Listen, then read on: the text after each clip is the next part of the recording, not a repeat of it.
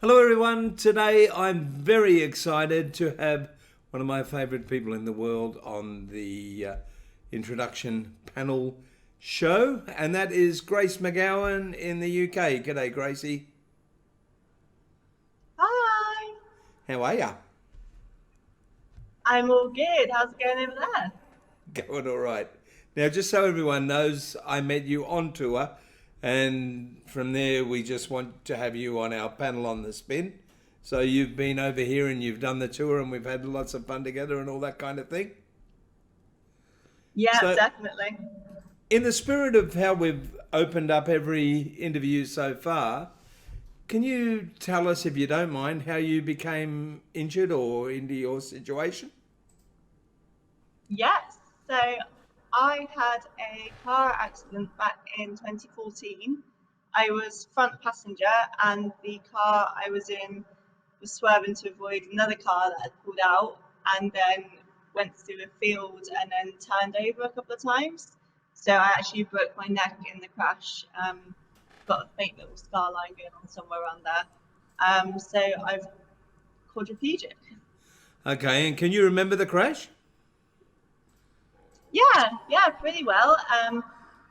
So I remember just everyone saying, "Get out the car! You know the car's on fire and all that jazz." And I was like, "Really can't move here, guys. Gonna probably need an ambulance or something." So it was pretty intense for the first day or so, and then after that, I was high on the morphine they gave me, so it was loving life.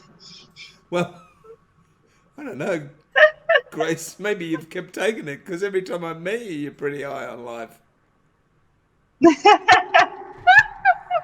It's very true. That's because of you. Your influence on me. Gosh, sure. You better put me on, Carl. I'm blushing. You won't see that very often. Um, so there you go. So tell me, how quickly did you accept what had happened? Um, Pretty quick because I think like after it happened initially, it was pretty obvious to myself that I couldn't move anything. Probably pretty obvious when they My said get sister, out of the car and you couldn't. well, exactly, yeah, yeah. I was thinking, well, my legs are there, everything looks good, but nothing's happening. So pretty much sunk in straight away, and then yeah, I just had to like man up and get on with it. Wouldn't that be warming up these days? Or maybe not. Oh, I could be in trouble now. Oh no. Oh, now we've done You it. could person up. I could person up, You yes. person We person use up that. and got along with it. And I know I'm sort of probing a bit here, but did it? What was it like in the beginning? Were you miserable? Were you not miserable? What? I'm asking you these questions because I want to I know. Yeah, no, that's fine by me, man. Um, so I've been told I was quite angry, apparently, within the first 3 days, I suppose, as you would be. And then I think I just kind of accepted it and just with the help of family and friends and everything, just thought, actually, I can't change this. That I can either be happy in a wheelchair or grumpy in a wheelchair. So either way, I've got to accept the situation. So So it was hard, but you're agreeing in my theory, which is very simplified, which is really you always end up with a choice. You can be bitter and twisted about it, or get on with life and make the best that you can of it. And in some exactly ways, that, yeah. if you do make the best of it, it gives you a lot back, doesn't it? You definitely, yes. If you go out there and embrace everything that you possibly can, then you meet, yeah, it really opens up doors. So, can I ask, if it's a difficult question, but how has it given back to you? What's it done to give you to make your life in some ways better? I think, in all honesty, it's made me realize the genuine people that are in my life. It's brought in a lot more genuine people, amazing friends. It's enabled me to travel, which I would never have done before. It's Why? enabled me to Why? get Why some would kind you of have never have done before? I suppose it just wasn't anything that I thought I'd be able to do, because I was just working like a 9 to 5 job, and doing bits at the weekends and never really going anywhere or doing anything, stuck in my own little bubble, really. And then since the accident, you meet all these people that have done these things, and you're thinking, actually, there's a lot I can do now, which I don't think I ever would have even chanced before. Okay. Do you think that in some ways, we were talking to May the other day, and she said, excuse me, it becomes like a second chance at life and you want to grab everything that you can? Yes. Yeah, I fully agree with that. I think that you kind of get a realization that you've been given another chance, another go at things, and you should really just, because life is so short, and everyone says it, and it's, not everyone actually realizes how short it is and how much it demonstrates you how actually short need to it is, appreciate. doesn't it? It does, yeah. Yeah, I mean, like when you're little, you think being like 30, 40, 50 is like old, but oh my God, it comes to you so quick, and it's so fast, and life is very, very short. Yes. I'm glad you said when you're little. I'm glad you didn't say before you grow up, because you've never grown up. No, and I never will. Which makes two of us, by the way. Probably three of us if we include Carl. But anyway. Uh, so we'll get away from what happened. Now you're a wheelchair rugby lady. Yes, yeah, I love it. How did you get into that? So I've been playing it for 4 years now, and I initially started when I was in the hospital. Actually, we did like a little demo thing as an inpatient, and they bring a rugby team out, and you could go down to the gym in the hospital and start playing as a little trial. And then I just kind of got the bug from that and researched clubs that are near to me, because my friend who plays like 40 miles away from me said, you really need to get into it. Like, you need to find out the sport and use it, because it's absolutely amazing. And I was scared, because you hear rugby and you just think, wow, it's vicious. And you look it up on YouTube and you think, oh my God, it's so aggressive and Murder ball. it's very intense. Yeah, exactly. It's called murder ball. So I was bricking it. But actually, it's the most fun. Maybe this is silly, but you said you had some anger after your accident. That's a heck of a way to get your anger out. I tell you, a bit of wheelchair rugby, you can get all your anger out. Yeah, you can fully go for it. Yeah, show them what it's all about. Definitely, it's a really good release. It is, isn't it? And from what I've heard, yeah, you're not bad at beating people up in it. Oh, I don't know about that. I'm one of the slow ones, man. So, because at first when I met you, I couldn't decide whether you were in it because it was violent and fun, or whether you were just in it to meet blokes. I ticked all the boxes. Which brings me to another slightly personal subject. Did you know what's your lovely fiance's name? Tell everybody. I know, but you tell them. His name is Nick. And did you know him before you were injured?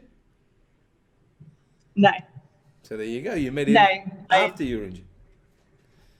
Yes. Yeah, I met him 3 years down the line.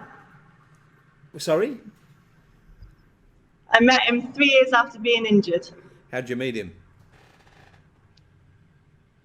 So, a bit of a weird one. We were chatting on, I don't know if you guys got it, but Plenty of Fish, which is an online dating website. And I actually ended up buying the current house that we both live in off his parents a year after I was in my accident. So we hadn't met or anything, and I'd heard all about him off his mum when I was buying the house, and had like an idea that she had a son, and he was doing all these things, and I was like, oh, that's lovely, didn't think anything of it. And then it turns out that he's now my fiance. So is he marrying you or just trying to go back home? Yeah, he's got like some kind of secret buried in the garden, we think. So Sorry, had to hit the cough button for a minute there. You made me laugh too much. Did he know when you first chatted on Plenty of Fish that you were in the wheelchair? Yes, so I had it actually as my profile photo, which it took me ages to decide if that's what I wanted or if I wanted to just see my face and then not have any judgment or preconceptions. But I thought actually, there were, and I think it was me in my rugby wheelchair up and me going along the beach, I think, as my profile photos. So you made that decision because, I mean, things like Plenty of Fish are a way for people to meet other people without actually having to confront them with the situation up front, aren't they? Yes, yeah, they definitely are. Yeah, and it's very popular over here to use that way. In the UK, it's one of the most popular dating apps going, I think. So you met him on Plenty of Fish, reeled him in, and now you got him. And now this is great because I can talk to you. Was the wheelchair ever an issue in the relationship, do you think? No, I thought it would be, not with Nick, but just in general, like when I was thinking about dating and hooking up with people, I thought this, because I'd never done it ever, it was a massive thing for me, and I was thinking, oh my God, this is just going to be... I don't mean to be rude, but you've never done what? Ever? Not a lot. Oh. Maybe with a bit of luck later. Short list. If we get a chance, we might ask Nick what it was like for him, if he's interested in having a chat. And if you don't mind, I'd really be interested. So, that's fine. Go on.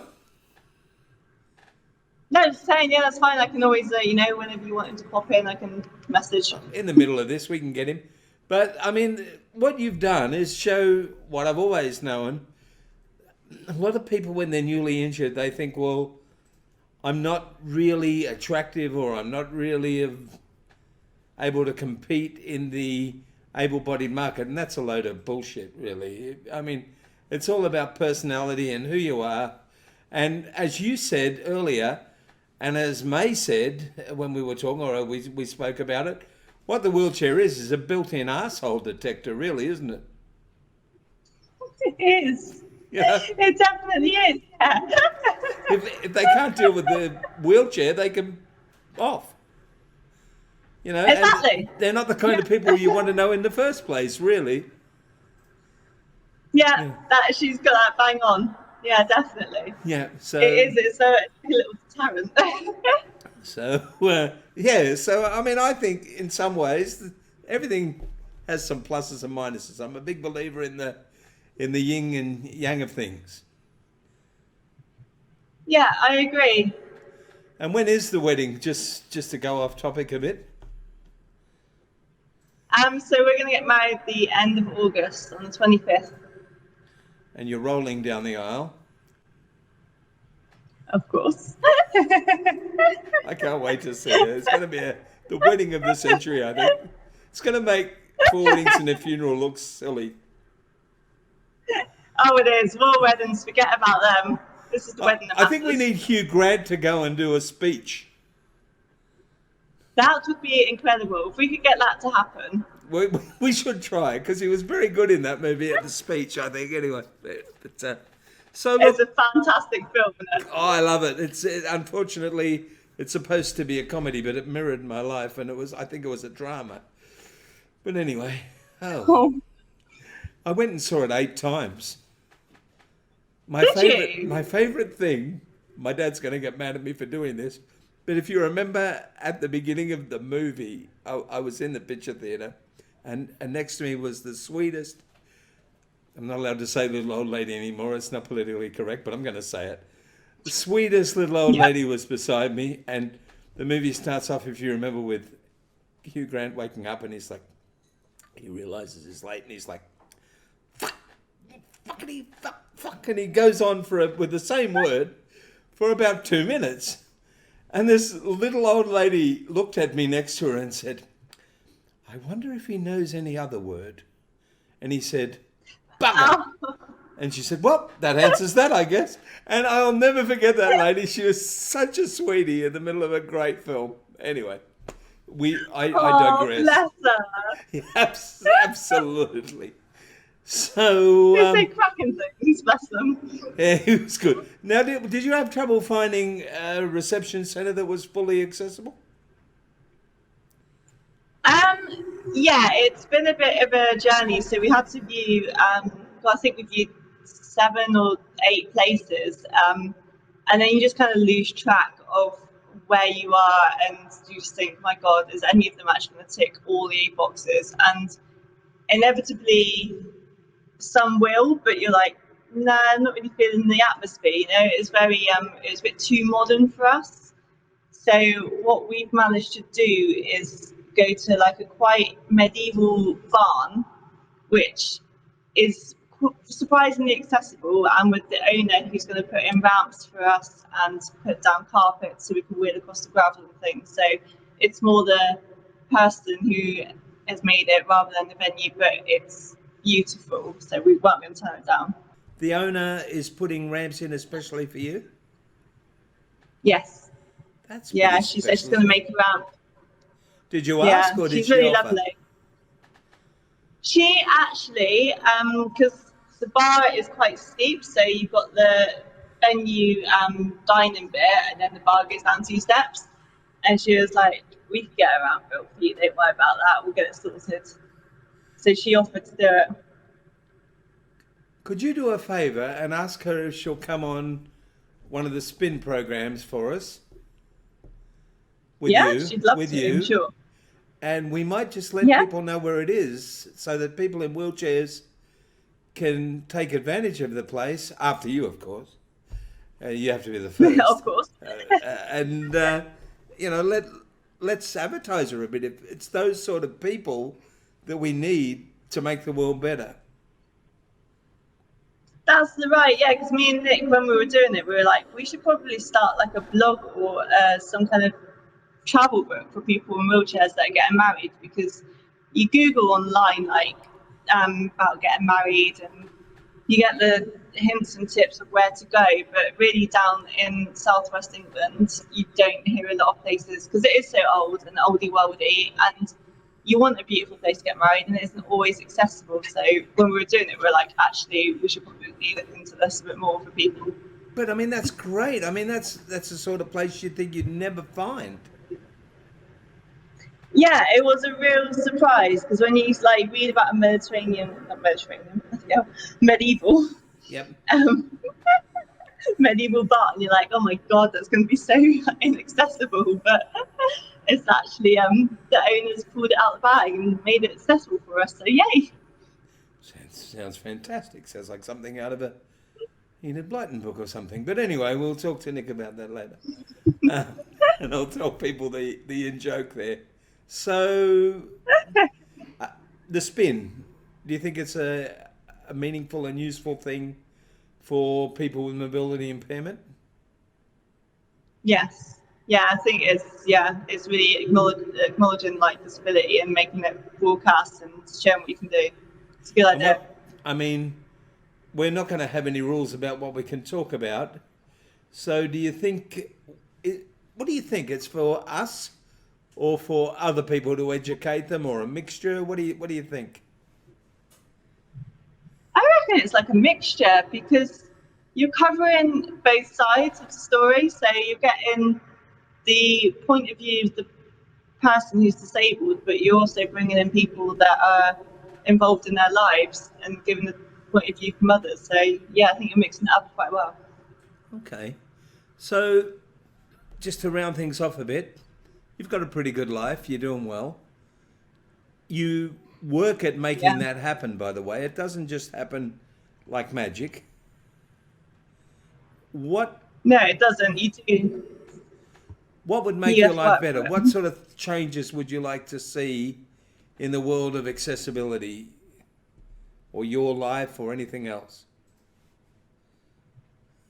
I think people need to stop being so delicate around terminology and what they say and being so worried. And unfortunately, that's not just with disability, that's now crossed into everything, and it's getting very politically correct, which is good, but it's also, I find that it can be also quite frustrating because you have to use so many words and go round and round the bush because someone's so like paranoid of insulting someone. And I just think, I don't mind if someone says to me, can you walk over there and take a seat? Like, obviously I'm not going to walk over there and I've already got a seat because I'm that generous to these people, but it doesn't bother me.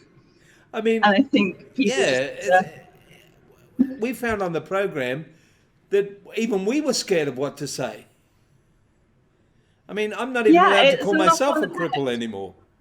Or I have to beat myself with a stick, you know? I mean, look, I said that it's not really the word, it's the way that the word is used. It's the intent behind the word. It. And, you know, some of my best friends will come up to me and say, listen, you crippled bugger, why don't you? And they're my best friends, you know, and I know it's the same with you.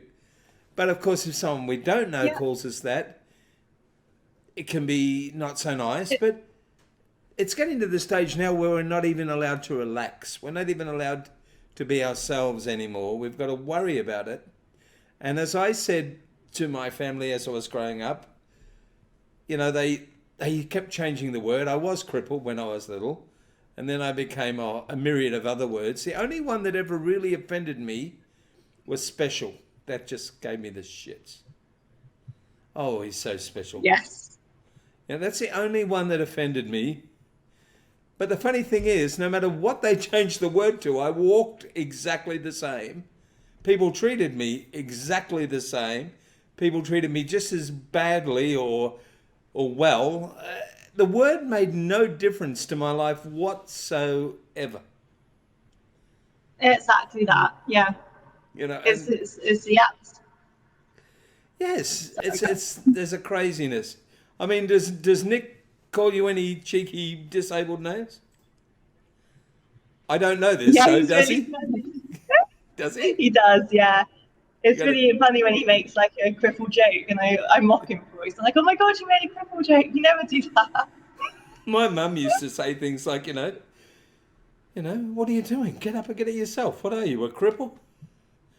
Yes. And but poor old mum, you know, she used to get abused by people even back then, because I would go to school, and I could walk then, and I would pick up my bag and walk like a drunk penguin, you know, carrying this really heavy bag, and Mum let me do it because I wanted to do it.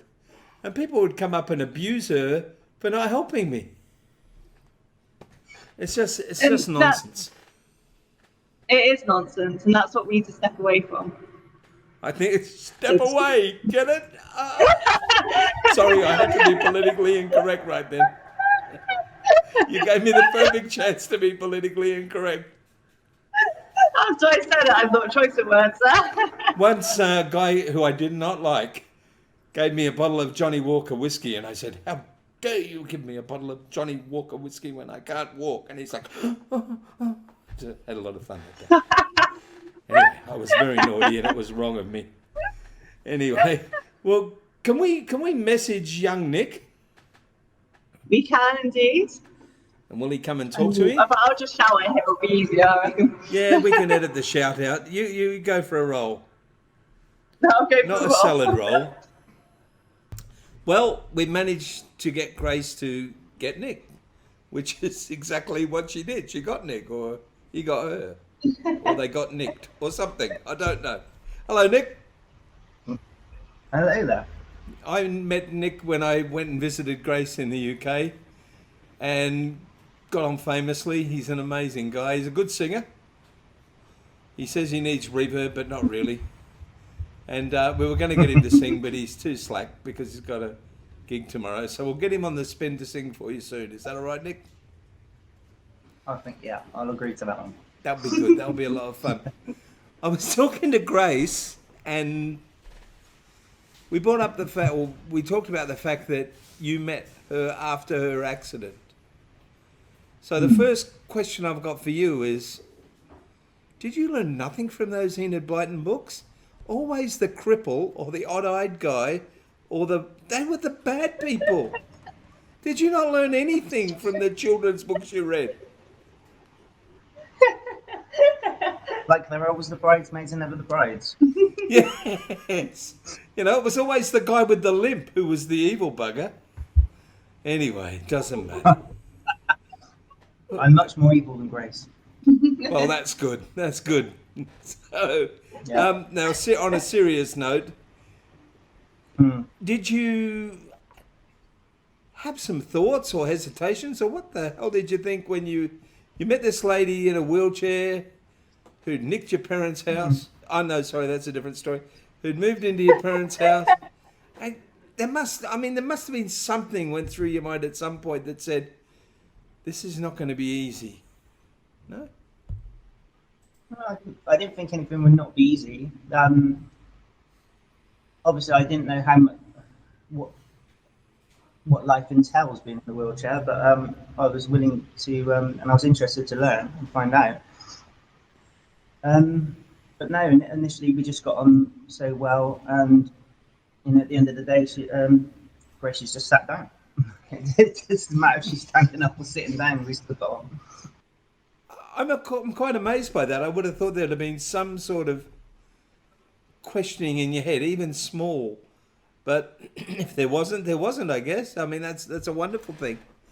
But, I mean, has it presented a lot of problems? I don't mean Grace. We know she has. I mean the disability I'm talking about. No, none at all. No. A relationship's a partnership, and it's a journey you go on together, and it's nice to have someone, both of us, to have each other to go on that journey. And we always say that nothing can stop us doing what we want to do, and we've always got a can do and will do attitude, and just have a great time with it. We laugh about everything every day. Well, so I can see that. Being in a wheelchair, I mean, it's very easy to laugh with Grace, not at Grace, with Grace. Yeah, of course. She's an amazing lady to be with. But you've made me forget that, yeah, I know, we know Grace, we know you're amazing. Amazing Grace. Oh, God, not that joke again.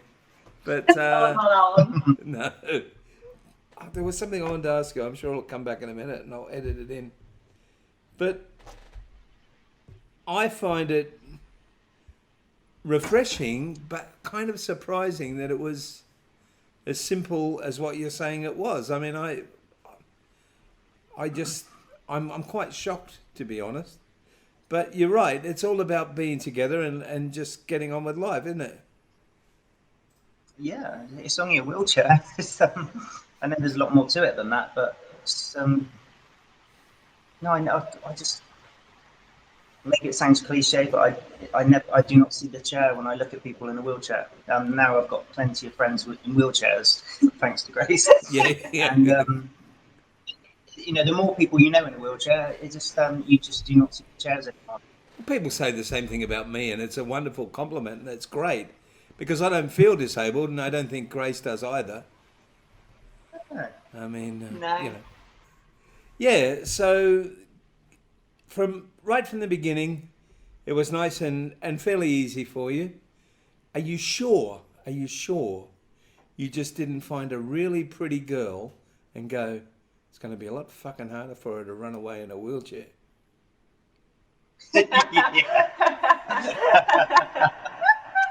Because this one can't get away. I reckon that's it. You've gone, she's not going to get away, is she? I'm picking this one. She's good. No, I'm only kidding. I'm only joking. Now, I can tell you, or as many people know, that Grace's personality is so amazing that she's a lot nicer than anyone I've met on legs. Actually, between you and I, Nick, you're a pretty nice bloke too. Oh, thanks. I met Nick, and I was an Enid Blyton fan, but I'm 62. I think Nick's about 12, and I couldn't believe I've met. Yeah, I couldn't believe I met somebody young that loved Enid Blyton, and he even told me where to go, all these historic sites and things, and which I dutifully went to, and met a lady who met Enid Blyton by the way. Yeah. At the castle. What's the name of the castle again? Corfe Castle. Corfe Castle, yeah. Did you go to Corfe Castle? Yeah, we went and had a coffee, and there was this lady there, and she said, "Oh, Enid signed my books when I was young, and she used to own the golf club up the road, and she'd come and do this and that." And I thought, this is awesome. So you know, I got to talk to Nick about one of the loves of my life, which was Enid Blyton. I felt like he was one of the cool kids, and I was Uncle Quentin, but that doesn't matter. For people who read the book, because I'm quite older than him. But again, rather like Grace, Nick, you're very accepting of different people. I mean, the age with me was never an issue when we sat down and talked. We were just two people. Yeah, absolutely. So you're quite a unique individual. I don't know how the hell you found each other, but I think we just got a message on the message thing that said, "Can we possibly clone him?" I think we should be able to do that, actually. We might have to clone a whole bunch of Nicks. What's that, Grace? Blood. It's a 4 fee, yeah. So there you go. Well, Nick, I just wanted to ask that, and I mean, I'm amazed. I thought I was going to get a far more interesting interview than that, but I didn't, because you just didn't give a shit, really. You just loved Grace, and that was it, really. Thanks very much for nothing, pal. Well, I've never seen anybody, or I could not imagine anybody really getting on with somebody and finding them very attractive, and then thinking, I'm not interested because she sat down in a wheelchair. Well, let me tell you, people do. All over the world, they do. So you're quite different, and you are correct. You're treating it as it should be treated, by the way. So all right. Well, we'll edit all this up and we'll put it together. And thank you very much, Nick, for your time. Thank you for having me on.